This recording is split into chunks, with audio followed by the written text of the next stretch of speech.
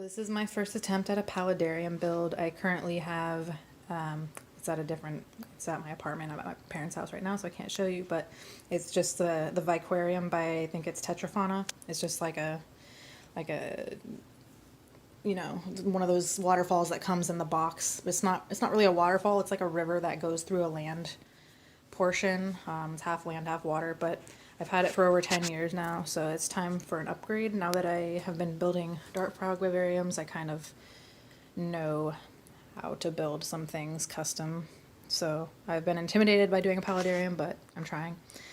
So I did the egg crate method. It's in 4 main pieces. I'm not 100% done. I just have to do this. I have to figure out how to do this top thing because this is where the waterfall is going to be. So I have one of those little pumps that most people use that's going to have tubing that's going to run up and stick out, I think, like around here. I'm going to like build out of expanding foam like a little kind of slide type thing that's going to be the waterfall going around and down.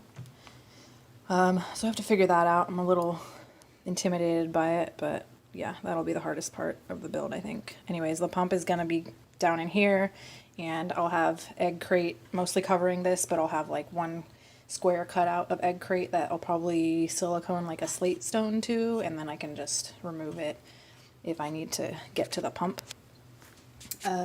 So I'm gonna try using this pond, what's it called? Pond foam, I guess, pond filter media as the actual substrate, because I've seen some people use like quote substrateless tanks where it's really just this kind of foam and they grow moss on it and plants grow out of it just fine. We'll see if that works. I don't know how like common that is, but I'm gonna try. If it doesn't work, I can always put a substrate barrier and then put some other kind of actual substrate on it if the plants aren't doing well. So it won't be that big a deal if it doesn't do well right away. I'm just gonna get some kind of cheap variety plants at first. Anyways, onto the filter. I was originally trying to put it in there, but as you'll see, it's kind of a big filter, and it also has to be lying horizontally because the water level is not going to be all that high. It's going to go to like where the pond foam is. So I kind of had to lay it on its side for the style of filter that it is.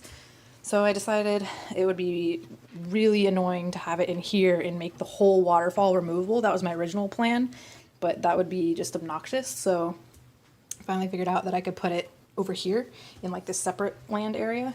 So it's separate from the main land, where I can just lift this up. Well, I'll attach this to the this egg crate cage, and it'll have mosses and stuff and whatever on it. I probably won't put any crazy plants on it because, you know, you're gonna have to move it. So anyways, this will all come off.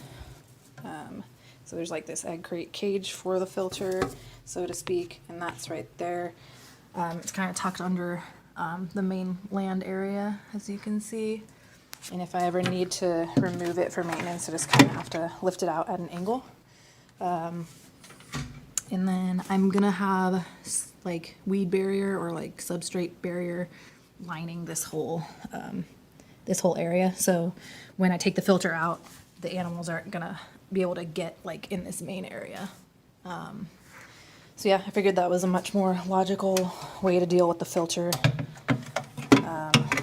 I'm not sure how necessary a filter is, but I've had issues with water quality in my current one, like with algae in particular. So I decided I would try to get like a more hardcore filter. It's not like that hardcore filter. It was like maybe $30, but I'm hoping that increases or improves the water quality.